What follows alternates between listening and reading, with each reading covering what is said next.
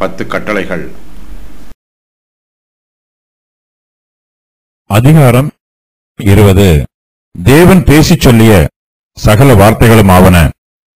உன்னை அடிமைத்தன வீடாகிய எகிப்து தேசத்திலிருந்து புறப்பட பண்ணின உன் தேவனாகிய கர்த்தர் நானே. என்னையன்றி உனக்கு வேறே தேவர்கள் உண்டாயிருக்க வேண்டாம். மேலே வானத்திலும் கீழே பூமியிலும் பூமியின் கீழ் தண்ணீரிலும் உண்டாயிருக்கிறவைகளுக்கு ஒப்பான ஒரு சொரூபத்தை ஆகிலும் யாதொரு விக்கிரகத்தை ஆகிலும் நீ உனக்கு உண்டாக்க வேண்டாம். நீ அவைகளை நமஸ்கரிக்கவும் சேவிக்கவும் வேண்டாம்.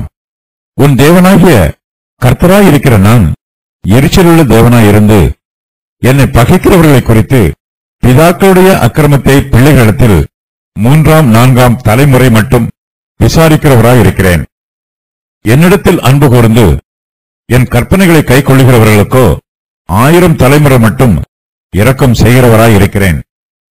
உன் தேவனாகிய கர்த்தருடைய நாமத்தை வீணிலே வழங்காதிருப்பாயாக. கர்த்தர் தம்முடைய நாமத்தை வீணிலே வழங்குகிறவனை தண்டியாமல் விடார். ஓய்வு நாளை பரிசுத்தமாய் ஆசரிக்க நினைப்பாயாக. 6 நாளும் நீ வேலை செய்து உன் கிரியைகளையெல்லாம் நடப்பிப்பாயாக. 7ஆம் நாளோ உன் தேவனாகிய கர்த்தருடைய ஓய்வு நாள். அதிலே நீ ஆனாலும் உன் குமாரன் ஆனாலும் உன் குமாரத்தி ஆனாலும் உன் வேலைக்காரன் ஆனாலும் உன் வேலைக்காரி ஆனாலும் உன் மிருக ஜீவனானாலும் உன் வாசல்களில் இருக்கிற அந்நியனானாலும் யாதொரு வேலையும் செய்ய வேண்டாம். கர்த்தர் 6 நாளைக்குள்ளே வானத்தையும் பூமியையும் சமுத்திரத்தையும் அவைகளிலுள்ள எல்லாவற்றையும் உண்டாக்கி 7ஆம் நாளிலே ஓய்ந்திருந்தார். ஆகையால் கர்த்தர் ஓய்வு நாளை ஆசீர்வதித்து அதை பரிசுத்தமாக்கினார். உன் தேவனாகிய கர்த்தர் உனக்கு கொடுக்கிற தேசத்திலே உன் நாட்கள் நீடித்திருப்பதற்கு உன் தகப்பனையும் உன் தாயையும் கனம் பண்ணுவாயாக. கொலை செய்யாதிருப்பாயாக. விபசாரம் செய்யாதிருப்பாயாக. களவு செய்யாதிருப்பாயாக. பிறனுக்கு விரோதமாக பொய்சாட்சி சொல்லாதிருப்பாயாக. பிறனுடைய வீட்டை இச்சியாதிருப்பாயாக. பிறனுடைய மனைவியையும் அவனுடைய வேலைக்காரனையும் அவனுடைய வேலைக்காரியையும் அவனுடைய எருதையும் அவனுடைய கழுதையையும் பின்னும் பிறனுக்குள்ள யாதொன்றையும் இச்சியாதிருப்பாயாக என்றார். தேவன் இஸ்ரவேல் புத்திரருக்கு 10 கட்டளைகளை கொடுக்கிறார். இந்த அதிகாரத்தின் ஆரம்பத்தில் தேவன் பேசிச் சொல்லிய சகல வார்த்தைகளும் ஆவன என்று சொல்லப்பட்டிருக்கிறது. கர்த்தர் தாமே இந்த வார்த்தைகளை சொல்லுகிறார். கர்த்தர் இந்த கட்டளைகளை இயற்றியவர். கர்த்தரே இந்த கட்டளையின் வார்த்தைகளை சொல்லுகிறவர். தேவன் 10 கட்டளைகளை சொல்லுகிறார். அதன் பின்பு தேவனுடைய சப்தத்தை தாங்கள் கேட்டால் செத்துப்போவோம் என்று இஸ்ரவேல் புத்திரர் சொல்லுகிறார்கள். அதன் பின்பு தேவன் மோசேயிடம் மட்டுமே பேசுகிறார். கர்த்தர் மோசேயின் மூலமாக இஸ்ரவேல் புத்திரருக்கு மற்ற கற்பனைகளை கொடுக்கிறார். மோசே 10 கட்டளைகளையும் மற்ற கட்டளைகளையும் ஒரு புஸ்தகத்தில் எழுதி அதை மிருகங்களின் இரத்தத்தினால் உறுதி பண்ணுகிறார். தேவன் சகல வார்த்தைகளையும் சொல்லுகிறார். மோசே அந்த வார்த்தைகள் எல்லாவற்றையும் எழுதுகிறார். பரிசுத்த வேதாகமத்தில் 10 கட்டளைகள் அல்லது 10 கற்பனைகளை பற்றிய சத்தியம் தெளிவாக சொல்லப்பட்டிருக்கிறது. அதன் விவரம் வருமாறு: 10 கற்பனைகள் என்னும் வாக்கியம் வேதாகமத்தில் 3 முறைகள் மட்டுமே பயன்படுத்தப்பட்டிருக்கிறது. மோசேயின் மொத்த பிரமாணத்திற்கும் 10 கற்பனைகள் ஓர் அடிப்படையாகும். இயேசு கிறிஸ்து மத்தேயு 22:35 முதல் 40 வரை உள்ள வசனங்களில் இவ்விரண்டு கற்பனைகளிலும் நியாயப்பிரமாணம் முழுமையும் தீர்க்க தரிசனங்களும் அடங்கி இருக்கிறது என்று கூறியிருப்பது போன்று 10 கற்பனைகளில் மோசேயின் மொத்த பிரமாணமும் அடங்கி இருக்கிறது. மோசேயின் பிரமாணத்தில் இந்த பகுதியை மட்டுமே கர்த்தர் இஸ்ரவேல் ஜனத்தாரின் செவிகளில் தொனிக்கும்படியாக கூறினார். ஆதாமுக்கு 10 கற்பனைகளை பற்றி தெரியாது. அவருக்கு ஒரு கட்டளை மட்டுமே கொடுக்கப்பட்டது. அவர் அதற்கு கீழ்ப்படியாமல் போனதினால் மனுக்குலம் முழுவதற்கும் அவர் மூலமாக பாவம் வந்தது. தன் தாயையும் தகப்பனையும் கனம் பண்ணுவதற்கு ஆதாமிற்கு பெற்றோர் யாரும் இல்லை. அதுபோலவே விபசாரம் பண்ணாதிருப்பாயாக, பிறர் பொருளை இச்சியாதிருப்பாயாக என்னும் பிரமாணங்களும் ஆதாமும் ஏவாளும் மட்டுமே இருந்த காலத்தில் அவர்களுக்கு பொருந்தாது. ஆபிரகாம், ஈசாக்கு, யாக்கோபு சீனாய் வனாந்திரத்திற்கு இஸ்ரவேலர் வருவதற்கு முன்பாக இருந்த அவர்களுடைய முற்பிதாக்கள் ஆகியோருக்கு 10 கட்டளைகளை பற்றி தெரியாது. ஆபிரகாமிற்கும் அவர் சந்ததிக்கும் தேவன் 14 கட்டளைகளை கொடுத்தார். இவை தவிர நோவாவின் மூலமாக மனுஷரை குறித்த சில பிரமாணங்களும் மனுக்குலத்திற்கு கொடுக்கப்பட்டது. தேவன் இஸ்ரவேலருக்கு சீனாய் மலையில் 10 கற்பனைகளை கொடுப்பதற்கு முன்பாக மோசேக்கு ஏற்கனவே 184 கற்பனைகள் கொடுக்கப்பட்டிருக்கிறது. சீனாய் வனாந்திரத்திற்கு வருவதற்கு முன்பாக இஸ்ரவேலருக்கும் 10 கற்பனைகளை பற்றி தெரியாது. மோசேயின் பிரமாணத்தில் மட்டுமே 10 கற்பனைகள் காணப்படுகிறது. மோசேயின் பிரமாணத்தில் இவை சேர்க்கப்படவில்லை என்றால் இஸ்ரவேலருக்கு 10 கற்பனைகளை பற்றி தெரிந்திருப்பதற்கு வாய்ப்பு இல்லை. ஏனெனில் தேவன் 10 கற்பனைகளை எழுதிய கற்பலகைகள் இப்பொழுது எங்குள்ளது என்று தெரியவில்லை. ஒரு சிலர் மோசேயின் பிரமாணத்தை 10 கட்டளையிலிருந்து வேறு பிரித்து அதை தேவனுடைய பிரமாணம் என்று கூறுகிறார்கள். ஆனால் இது தவறான உபதேசம். மோசேயின் பிரமாணத்தில் ஒரு பகுதியே 10 கற்பனை ஆகும். மோசேயின் பிரமாணத்தில் 10 கற்பனைகளோடு மேலும் 203 கட்டளைகள் இடம்பெற்றுள்ளன. இவை சீனாய் மலையில் தேவன் மோசேயிடம் 10 கற்பனைகளை கொடுப்பதற்கு முன்பாக கொடுக்கப்பட்டவை ஆகும். மோசே 10 கற்பனைகளை பெற்றுக்கொண்ட போது மேலும் 155 கற்பனைகளை தேவனிடமிருந்து பெற்றுக்கொண்டார். இந்த கற்பனைகள் எல்லாவற்றையும் பெற்றுக்கொண்ட பின்பு நியாயப்பிரமாண புஸ்தகம் மிருகங்களின் இரத்தத்தினால் உறுதி பண்ணப்பட்டது. இதன் பின்பு மோசேயின் பிரமாண புஸ்தகத்தில் மேலும் 2345 கற்பனைகள் சேர்க்கப்பட்டன. 10 கற்பனைகள் உடன்படிக்கை என்று அழைக்கப்படுகிறது. சீனாய் வனாந்திரத்தில் தேவனுக்கும் இஸ்ரவேலருக்கும் இடையில் ஏற்படுத்தப்பட்ட உடன்படிக்கையின் அஸ்திவாரம் 10 கட்டளையாகும். 10 கட்டளைகள் மட்டுமே தேவனுடைய பிரமாணம் என்றோ மோசேயின் பிரமாணம் என்றோ கூற முடியாது. இவை தேவன் உரைத்த பிரமாணத்தின் முதற் பகுதி ஆகும். 10 கற்பனைகளை கொடுத்தவுடன் பிரமாணம் முடிந்து போகவில்லை. தேவனுடைய சப்தத்தை இனிமேல் தங்களால் கேட்க முடியாது என்று இஸ்ரவேலர்கள் முறையிட்டார்கள். தேவன் அவர்களுடைய முறையீட்டை கேட்டு அவர்களோடு நேரடியாக பேசுவதை நிறுத்தி கொண்டார். 10 கற்பனைகளும் தேவனுடைய இதர பிரமாணங்களும் மோசேயின் முழு பிரமாணமும் இஸ்ரவேல் புத்திரருக்கு மாத்திரமே கொடுக்கப்பட்டவை. புறஜாதியாருக்கும் 10 கற்பனைகளுக்கும் சம்பந்தம் எதுவும் இல்லை. புறஜாதியார் இஸ்ரவேல் தேசத்தில் அங்கம் வகிக்க விரும்பும் போது அவர்கள் மோசேயின் பிரமாணத்திற்கு கீழ்ப்படிய வேண்டும். ஆதி திருச்சபையில் இருந்த விசுவாசிகள் 10 கற்பனைகளுக்கும் கீழ்ப்படிந்து ஜீவித்தார்கள் என்று சிலர் உபதேசம் பண்ணுகிறார்கள். ஆனால் இது தவறான உபதேசம். புதிய ஏற்பாட்டு சபையில் 10 கற்பனைகளில் 9 கற்பனைகளை மட்டுமே விசுவாசிகள் கடைபிடித்தார்கள். ஓய்வு நாள் பிரமாணம் முழுவதுமாக ஒதுக்கி வைக்கப்பட்டது. யூதருடைய ஓய்வு நாள் பிரமாணத்தை ஆசரிக்க வேண்டிய அவசியம் கிறிஸ்தவ விசுவாசிகளுக்கு நியமிக்கப்படவில்லை. ஆகையினால் ஆதி திருச்சபையின் விசுவாசிகள் யூதருடைய ஓய்வு நாளை ஆசரிக்கவில்லை. மற்றவர்களையும் இதை ஆசரிக்குமாறு உபதேசம் பண்ணவும் இல்லை. அவர்கள் வாரத்தின் முதலாம் நாளை ஓய்வு நாளாக ஆசரித்து அதை பரிசுத்தப்படுத்தினார்கள். சீனாய் மலையில் தேவன் மோசேயிடம் 10 கற்பனைகளை கொடுப்பதற்கு முன்பாக இவை செவிவழி செய்தியாக பல சந்ததியாருக்கு கடந்து வந்திருக்கிறது என்று ஒரு சிலர் உபதேசம் பண்ணுகிறார்கள். ஆனால் இதற்கு வேதாகமத்தில் ஆதாரம் எதுவும் இல்லை. மோசேயின் பிரமாணத்தின் இந்த பகுதி மட்டுமே 2 கற்பலகைகளில் எழுதப்பட்டது. அதே சமயத்தில் அப்போஸ்தலர் பவுல் மோசேயின் பிரமாணத்தில் இந்த பகுதி மட்டுமே ஒளிந்து போயிற்று என்று வலியுறுத்தி கூறுகிறார். சடங்காச்சார பிரமாணங்கள் கொடுக்கப்பட்ட அதே சமயத்தில் 10 கற்பனைகளும் கொடுக்கப்பட்டிருக்கிறது. 10 கற்பனைகளை மோசேயின் பிரமாணம் என்றும் தேவனுடைய பிரமாணம் என்றும் வேதாகமம் அங்கீகரிக்கிறது. தேவனுடைய பிரமாணம் இல்லை என்றால் அது மோசேயின் பிரமாணமாகவும் இராது. பிரமாணத்திற்கு வேதாகமத்தில் பல பெயர்கள் கொடுக்கப்பட்டிருக்கின்றன.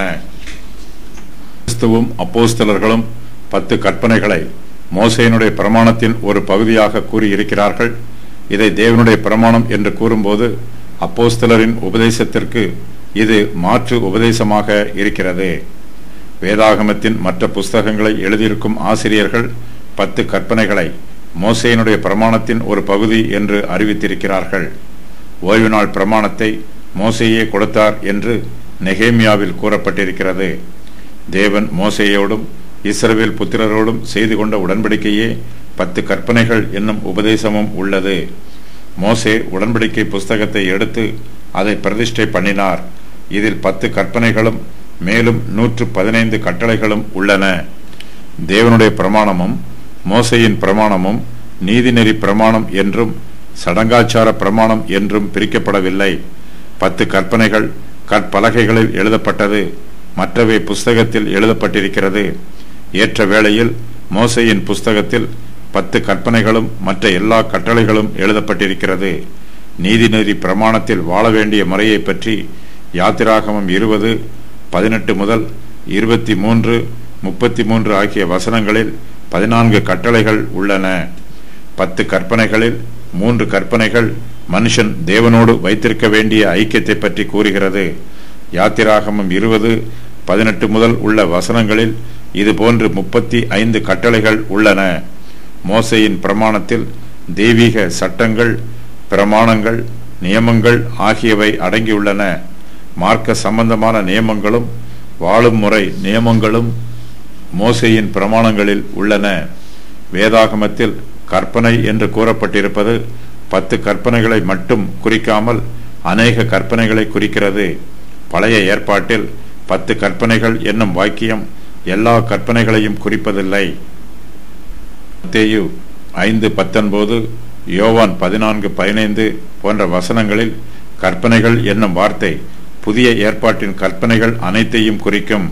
இது 10 கற்பனைகளை குறிப்பதில்லை. புதிய ஏற்பாட்டில் உள்ள கற்பனைகளை ஆராய்ந்து பார்க்கும் பொழுது 10 கற்பனைகளில் 9 கற்பனைகள் புதிய ஏற்பாட்டில் அங்கீகரிக்கப்பட்டிருக்கின்றன. ஓய்வு நாள் கற்பனை மட்டும் அங்கீகரிக்கப்படவில்லை. புறஜாதி தேசத்தார் மோசேயின் பிரமாணங்களுக்கு கீழ்ப்படிய வேண்டும் என்று வேதாகமத்தில் எங்கும் உபதேசம் பண்ணப்படவில்லை. புறஜாதியார் ஒரு சில காரியங்களில் பங்கு பெறக்கூடாது என்று மோசேயின் பிரமாணத்தில் அவர்கள் தடை பண்ணப்பட்டிருக்கிறார்கள். அதன் விவரம் வருமாறு: விருத்த சேதனம் பண்ணிக்கொள்ளாமல் பஸ்காவை புசிக்கக்கூடாது, பரிசுத்தமானவைகளை புசிக்கக்கூடாது, பரிசுத்த அபிஷேக எண்ணெயினால் அபிஷேகம் பண்ணிக்கொள்ளக்கூடாது, ஆசரிப்பு கூடார வேலையில் பங்கு பெறக்கூடாது, அதற்கு அருகிலும் வரக்கூடாது, ஆசாரிய ஊழியம் செய்யக்கூடாது, தூபம் காண்பிக்கக்கூடாது, ஆசாருடைய ஊழியத்தில் அவர்களுக்கு அருகில் போகக்கூடாது, இஸ்ரவேலருக்கு ராஜாவாக இருக்கக்கூடாது, வட்டி கொடுப்பதிலிருந்து விலக்கு கொடுக்கப்பட்டிருக்கிறது, இஸ்ரவேலில் உள்ள விதவைகளை திருமணம் செய்யக்கூடாது. புறஜாதி தேசத்தார் மோசேயின் பிரமாணங்களுக்கு கீழ்ப்படிய வேண்டும் என்று வேதாகமம் எங்கும் உபதேசம் பண்ணவில்லை. மோசேயின் பிரமாணத்தில் அந்நியர் என்னும் வார்த்தை 80 தடவைகள் பயன்படுத்தப்பட்டிருக்கிறது. மோசேயின் பிரமாணத்தில் இஸ்ரவேல் புத்திரரும் அந்நியரும் சமமானவர்கள் என்று எங்கும் கூறப்படவில்லை. தேவன் புறஜாதியாரை பழைய பிரமாணத்தின் பிரகாரம் நியாயம் தீர்க்கிறார். புதிய ஏற்பாட்டில் உள்ள கிருபையின் பிரமாணம் மோசேயின் பிரமாணத்தில் ஒரு பகுதி அல்ல. புதிய பிரமாணத்தில் சுவிசேஷத்திற்கு கீழ்ப்படுகிறவர்கள் எல்லோருமே ரட்சிக்கப்படுகிறார்கள். புறஜாதியார் நோவாவின் உடன்படிக்கைக்கும் ஆபிரகாமின் உடன்படிக்கைக்கும் கீழ்ப்பட்டிருக்கிறவர்கள். இவர்கள் மோசேயின் உடன்படிக்கைக்கு கீழ்ப்பட்டவர்கள் அல்ல. இஸ்ரவேலரின் பிரமாணங்களில் புறஜாதியாருக்கு பங்கு இல்லை. இதன் விவரம் வருமாறு: இயேசு கிறிஸ்து நியாயப்பிரமாணத்தை நிறைவேற்ற வந்தபோது அவர் இஸ்ரவேல் ஜனத்தாரிடம் மட்டுமே சென்றார். யூதர்கள் இயேசு கிறிஸ்துவையும் அவருடைய சுவிசேஷத்தையும் ஏற்றுக்கொள்ளாமல் புறக்கணித்தார்கள். ஆகையினால் இயேசு கிறிஸ்து யூதரிடமிருந்து தேவனுடைய ராஜ்யத்தை எடுத்து அதை புறஜாதியாருக்கு கொடுத்தார். மோசேயின் பிரமாணத்தை புறஜாதியாருக்கு கொடுக்கவில்லை. புதிய ஏற்பாட்டின் சுவிசேஷத்தினால் புறஜாதியாரும் இஸ்ரவேலரோடு ஆசீர்வதிக்கப்படுகிறார்கள். மோசேயின் பிரமாணத்தினால் புறஜாதியார் ஆசீர்வதிக்கப்படவில்லை. புறஜாதியார் விசுவாசத்தினால் யூதராக முடியாது. மோசேயினுடைய பிரமாணத்தின் பிரகாரம் புறஜாதியார் மீது இஸ்ரவேலருக்கு அநேக சிலாக்கியங்கள் கொடுக்கப்பட்டிருக்கிறது. புதிய ஏற்பாட்டிலும் சுவிசேஷத்திலும் பட்சபாதம் எதுவும் இல்லை. புறஜாதியார் நியாயப்பிரமாணத்தை பெற்றிருக்கவில்லை என்று பவுல் கூறியிருக்கிறார். இஸ்ரவேலின் வாக்குத்தத்தங்களுக்கும் உடன்படிக்கைகளுக்கும் புறஜாதியார் அந்நியராகவும் பரதேசிகளாகவும் இருப்பதாக அப்போஸ்தலர்கள் உபதேசம் பண்ணியிருக்கிறார்கள். முதலாவது ஆலோசனை சங்கம் கூடிய போது புறஜாதியார் விருத்த சேதனம் பண்ணிக்கொள்ள வேண்டாம் என்றும் ஓய்வு நாளை ஆசரிக்க வேண்டாம் என்றும் மோசேயின் பிரமாணத்தில் எதிலும் பங்கு பெற வேண்டியதில்லை என்றும் அப்போஸ்தலர்கள் தீர்மானம் பண்ணினார்கள்.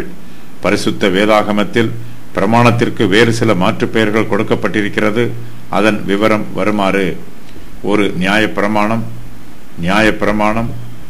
என் போதகம், கர்த்தருடைய வேதம், தேவனுடைய கர்த்தரின் நியாயப்பிரமாண புஸ்தகம், மோசேயின் நியாயப்பிரமாண புஸ்தகம், தேவனுடைய நியாயப்பிரமாணமும் மோசேயின் நியாயப்பிரமாணமும், சட்டதிட்டங்களாகிய நியாயப்பிரமாணமும் கற்பனையும், திட்டங்களும் முறைமைகளும், நியாயப்பிரமாணங்களும் கற்பனைகளும்.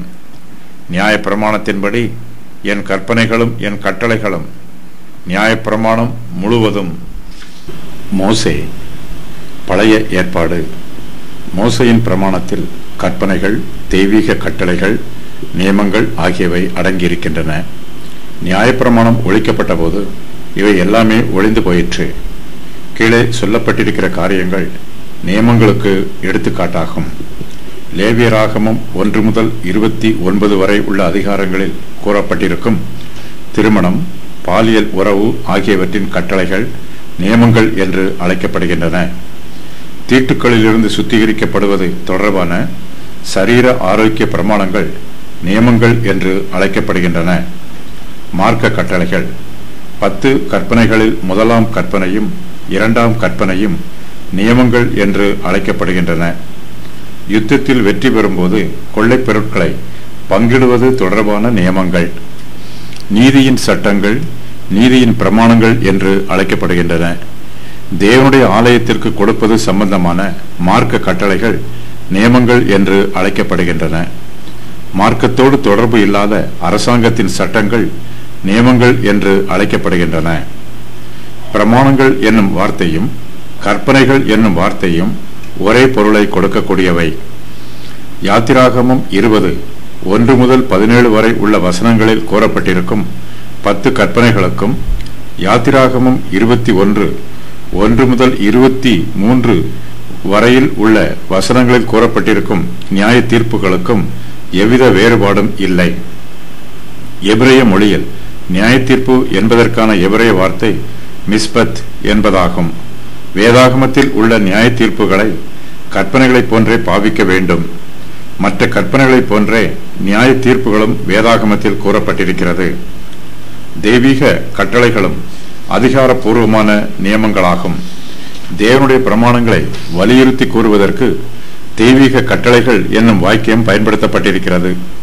ஒரு கற்பனையை குறிப்பதற்கு நியமங்கள் என்னும் வார்த்தையும் தெய்வீக கட்டளை என்னும் வார்த்தையும் மாறி மாறி பயன்படுத்தப்பட்டிருக்கிறது. எல்லா கற்பனைகளும் கட்டளைகளாக கூறப்பட்டிருக்கிறது.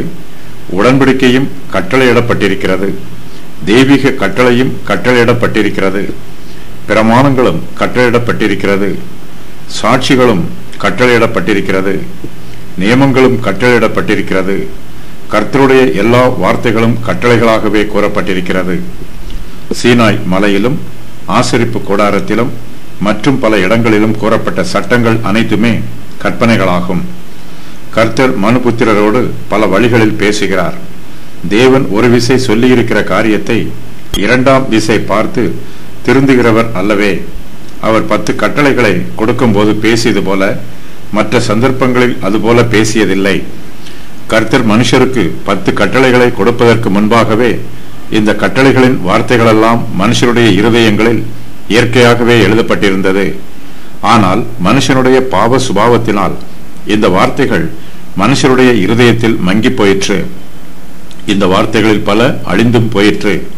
கர்த்தர் மனுக்குலத்திற்கு கொடுத்திருக்கிற 10 கட்டளைகள் நம்முடைய நன்மைக்காக கொடுக்கப்பட்டிருக்கிறது. அவை நமக்கு மிகுந்த பிரயோஜனமாய் இருக்கும். ஆனால் மனுஷருடைய பாவம் பிரயோஜனமாய் இருக்கிற 10 கட்டளைகளை அழித்து போடுகிறது. ஆகையினால் கர்த்தர் இந்த கட்டளைகளை மனுபுத்திரருக்கு மறுபடியும் கொடுக்க வேண்டியது அவசியமாயிற்று. கர்த்தர் இஸ்ரவேல் புத்திரருக்கு 10 கட்டளைகளை கொடுப்பதற்கு முன்பாக உன் தேவனாகிய கர்த்தர் நானே என்று தம்மை பற்றி சொல்லுகிறார். கர்த்தரே 10 கட்டளைகளின் ஆசிரியர். அவரே இந்த கட்டளைகளை இயற்றியவர். கர்த்தருக்கு 10 கட்டளைகளின் மீது தெய்வீக அதிகாரம் உள்ளது. இஸ்ரவேலின் தேவனாகிய கர்த்தர் தம்மை பற்றி சொல்லும்போது, உன்னை அடிமைத்தன வீடாகிய எகிப்து தேசத்திலிருந்து புறப்பட பண்ணினவர் என்று சொல்லுகிறார். இந்த நிகழ்ச்சி வேதாகமத்தில் மிகவும் முக்கியமானதாகும். பஞ்சாகமத்தில் மட்டும் 44 தடவைகள் இந்த நிகழ்ச்சியை பற்றி கூறப்பட்டிருக்கிறது. பரிசுத்த வேதாகமத்தில் கர்த்தர் தம்மை பற்றி சொல்லும் பல்வேறு சம்பவங்கள் இடம்பெற்றிருக்கிறது. அதன் விவரம் வருமாறு: கர்த்தர் நானே, நான் சர்வ வல்லமையுள்ள தேவன், நான் ஆபிரகாமுடைய தேவன், பெத்தேலிலே உனக்கு தரிசனமான தேவன் நானே, நான் சர்வ வல்லமையுள்ள தேவன், நான் தேவன், நான் உன் தகப்பனுடைய தேவன், நான் இருக்கிறவராகவே இருக்கிறேன், நான் இருக்கிறேன், உங்கள் தேவனாகிய கர்த்தர், உன் தேவனாகிய கர்த்தர் நானே, நான் அவர்கள் தேவனாகிய கர்த்தர், நானே அவர், நானே தேவன், நான் உன் தேவன், நான் உங்கள் பரிசுத்தராகிய கர்த்தர், நான் முந்தினவரும் நான் பிந்தினவரும் தானே, நான் இஸ்ரவேலின் பரிசுத்தரும் உன் இரட்சகருமாய் இருக்கிற உன் தேவனாகிய கர்த்தர், கர்த்தரும் யாக்கோபின் வல்லவருமாகிய நான் உன் இரட்சகரும் உன் மீட்பரும். நானே சாட்சி, நான் மாம்சமான யாவருக்கும் தேவனாகிய கர்த்தர், கர்த்தராகிய ஆண்டவர், நான் உங்கள் தேவன், நான் மகத்துவமான ராஜா, நான் ஆபிரகாமின் தேவனும் ஈசாக்கின் தேவனும் யாக்கோபின் தேவனுமாய் இருக்கிறேன், நான் ஆபிரகாமின் தேவனும் ஈசாக்கின் தேவனும் யாக்கோபின் தேவனுமாகிய உன் பிதாக்களுடைய தேவனாய் இருக்கிறேன். புதிய ஏற்பாட்டில் நம்முடைய கர்த்தராகிய இயேசு கிறிஸ்து தம்மை பற்றி சொன்ன பல்வேறு சம்பவங்களின் விவரம் வருமாறு: ஜீவ அப்பம் நானே, நானே வானத்தில் இருந்து இறங்கின ஜீவ அப்பம், நான் உலகத்தின் ஒளி, நானே அவர், நான் இருக்கிறேன், நானே ஆடுகளுக்கு வாசல், நானே வாசல், நானே நல்ல மேய்ப்பன், நானே தேவனுடைய குமாரன், நானே உயிர்த்தெழுதலும் ஜீவனுமாய் இருக்கிறேன், நானே வழியும் சத்தியமும் ஜீவனுமாய் இருக்கிறேன், நான் மெய்யான திராட்சை செடி, இயேசு நானே, நான் அல்பாவும் ஓமேகாவும் ஆதியும் அந்தமுமாய் இருக்கிறேன், நான் முந்தினவரும் பிந்தினவருமாய் இருக்கிறேன், சதா காலங்களிலும் உயிரோடு இருக்கிறேன், நான் தாவீதின் வேரும் சந்ததியுமாய் இருக்கிறேன், நான் பிரகாசமுள்ள விடி வெள்ளியாய் இருக்கிறேன். 10 கற்பனைகளை பற்றி புதிய உடன்படிக்கையிலும் பழைய உடன்படிக்கையிலும் சொல்லப்பட்டிருக்கிறது. அதன் விவரம் வருமாறு: யாத்திராகமம் 20:3 வசனம், யாத்திராகமம் 20:4 முதல் 6 வரை உள்ள வசனங்கள், யாத்திராகமம் 20:7, யாத்திராகமம் 20:8 முதல் 11 வரை உள்ள வசனங்கள், யாத்திராகமம் 20:12, யாத்திராகமம் 20:13, யாத்திராகமம் 20:14, யாத்திராகமம் 20:15, யாத்திராகமம் 20:16, யாத்திராகமம் 20:17. கர்த்தர் இஸ்ரவேல் புத்திரருக்கு தம்மை பற்றி சொல்லும்போது, உன்னை அடிமைத்தன வீடாக்கிய எகிப்து தேசத்தில் இருந்து புறப்பட பண்ணின உன் தேவனாகிய கர்த்தர் நானே என்று சொல்லுகிறார். அவர்கள் கர்த்தரை மாத்திரமே ஆராதிக்க வேண்டும் என்று கர்த்தர் இஸ்ரவேல் ஜனத்தாருக்கு தெளிவாக சொல்லுகிறார். 10 கட்டளைகளில் முதல் 4 கட்டளைகளும் கர்த்தரை ஆராதிப்பது சம்பந்தமானது. கர்த்தரே இஸ்ரவேல் புத்திரருடைய தேவனாக இருக்கிறார். ஆகையினால் அவர் மாத்திரமே இஸ்ரவேல் ஜனத்தாருடைய துதிகளுக்கும் ஸ்தோத்திரங்களுக்கும் ஆராதனைகளுக்கும் பாத்திரராய் இருக்கிறார். இஸ்ரவேல் புத்திரர் கர்த்தருடைய கட்டளைகளுக்கு கீழ்ப்படிய வேண்டும், தம்முடைய கட்டளைகளுக்கெல்லாம் இஸ்ரவேல் ஜனத்தார் கீழ்ப்படிய வேண்டும் என்று கர்த்தர் எதிர்பார்க்கிறார். கர்த்தருடைய கட்டளைகளுக்கு கீழ்ப்படிந்தால் அவர்களுக்கு ஆசீர்வாதம் கிடைக்கும். அவர்கள் கீழ்ப்படியவில்லை என்றால் அவர்களுக்கு தண்டனை கிடைக்கும். கர்த்தர் இஸ்ரவேல் புத்திரரோடு உடன்படிக்கை செய்திருக்கிறார். இதன் மூலமாக அவர் இஸ்ரவேல் ஜனத்தாருக்கு உடன்படிக்கையின் தேவனாக இருக்கிறார். இஸ்ரவேல் ஜனத்தாரும் கர்த்தரோடு உடன்படிக்கை பண்ணி இருக்கிறார்கள். புதிய ஏற்பாட்டு காலத்து விசுவாசிகளாகிய நாம் ஞானஸ்நானத்தின் மூலமாக நம்முடைய ஆண்டவரும் இரட்சகருமாகிய இயேசு கிறிஸ்துவோடு உடன்படிக்கை செய்து கொள்கிறோம். இயேசு கிறிஸ்துவானவரே நம்முடைய கர்த்தர் என்பதை நம்முடைய ஞான ஸ்நானத்தின் மூலமாக அங்கீகரித்து அறிக்கை செய்கிறோம். நாம் கிறிஸ்துவோடு உடன்படிக்கை செய்திருக்கிறோம். அவருடைய உபதேசத்திற்கு விசுவாசிகளாகிய நாம் எல்லோரும் கீழ்ப்படிய வேண்டும். இயேசு கிறிஸ்துவின் சுவிசேஷத்திற்கு நாம் கீழ்ப்படியவில்லை என்றால் நாம் கிறிஸ்துவானவருக்கு உண்மை உள்ளவர்களாக இல்லை என்றும் நாம் கிறிஸ்துவோடு செய்து கொண்ட உடன்படிக்கையை மீறிவிட்டோம் என்றும் அர்த்தமாகும். கர்த்தர் இஸ்ரவேல் புத்திரரை அவர்களுடைய அடிமைத்தன வீடாகிய எகிப்து தேசத்திலிருந்து புறப்பட பண்ணினவர். கர்த்தரே அவர்களை மீட்டுக் கொண்டவர். ஆகையினால் அவர்களை ஆளுகை செய்யும் உரிமையும் அதிகாரமும் அவர்களுடைய தேவனாகிய கர்த்தருக்கு உண்டு. கர்த்தர் இஸ்ரவேல் புத்திரரை எகிப்தின் அடிமைத்தனத்திலிருந்து மீட்டுக் கொண்டதினால் அவர்கள் கர்த்தருக்கு நன்றி உள்ளவர்களாய் இருக்க வேண்டும். அவர்கள் கர்த்தரை மாத்திரமே சேவிக்க வேண்டும். இஸ்ரவேல் புத்திரர் இனிமேல் எகிப்தியருக்கு அடிமைகள் அல்ல. ஆனாலும் அவர்கள் கர்த்தருடைய கட்டளைக்கு கீழ்ப்படிந்து ஜீவிக்க வேண்டும். புதிய ஏற்பாட்டு காலத்து விசுவாசிகளாகிய நம்மை நம்முடைய கர்த்தராகிய இயேசு கிறிஸ்து பாவத்தின் அடிமைத்தனத்திலிருந்து மீட்டு ரட்சித்திருக்கிறார். ஆகையினால் நாம் இயேசு கிறிஸ்துவுக்கு நன்றி உள்ளவர்களாய் ஜீவிக்க வேண்டும். கிறிஸ்துவுக்கு ஊழியம் செய்ய வேண்டும். அவரை ஆராதிக்க வேண்டும். தமது ஜனத்தை சந்தித்து மீட்டுக்கொண்டு நம்முடைய சத்துருக்களில் நின்றும் நம்மை பகைக்கிற யாவருடைய கைகளில் நின்றும் நம்மை ரட்சிக்கும் படிக்கு தம்முடைய தாசனாகிய தாவீதின் வம்சத்திலே நமக்கு இரட்சணிய கொம்பை ஏற்படுத்தினார். லூக்கா 1:74-75. கர்த்தர் தம்முடைய 10 கட்டளைகளையும் 2 கற்பலகைகளில் எழுதியிருக்கிறார். முதல் 4 கட்டளைகளும் முதலாவது பலகையில் எழுதப்பட்டிருக்கிறது. இந்த 4 கட்டளைகளும் நாம் கர்த்தரை ஆராதிக்க வேண்டிய முறைகளை பற்றி சொல்லுகிறது. நம்முடைய உற்றார் உறவினர்கள், அயல் வீட்டுக்காரர்கள் ஆகியோரை நாம் நேசிப்பதற்கு முன்பாக நம்மை சிருஷ்டித்த கர்த்தரை நாம் நேசிக்க வேண்டும். கர்த்தரிடத்தில் அன்பு கூற வேண்டியது நம்முடைய கடமை. நம்முடைய நீதிகளையும் பிறருக்கு நாம் செய்யும் உதவிகளையும் கர்த்தருக்கு கீழ்ப்படிந்து செய்ய வேண்டும். கர்த்தருக்கு கீழ்ப்படியாமல் நம்மால் எந்த நல்ல காரியத்தையும் செய்ய முடியாது. நாம் எதை செய்தாலும் கர்த்தரை கனம் பண்ணும் வண்ணமாகவே செய்ய வேண்டும். அப்போதுதான் நம்முடைய நற்கிரியைகள் கர்த்தருடைய சமூகத்தில் அங்கீகரிக்கப்படும். நாம் கர்த்தருக்கு உண்மை உள்ளவர்களாய் இல்லை என்றால் நம்முடைய சகோதரர்களுக்கும் உண்மை உள்ளவர்களாய் இருக்க மாட்டோம். தாங்கள் கர்த்தருக்கு பொய்யர்களாக இருப்போம் என்றும், ஆனாலும் தங்கள் சகோதரருக்கு தாங்கள் உண்மை உள்ளவர்களாய் இருப்போம் என்றும் ஒரு சிலர் சொல்லுகிறார்கள். இவர்களுடைய வார்த்தைகளில் உண்மை இல்லை. இது மாய்மாலமான வார்த்தை. கர்த்தர் மீது அன்பு கூறாமல் மனுஷர் மீது மெய்யான அன்பு கூற முடியாது.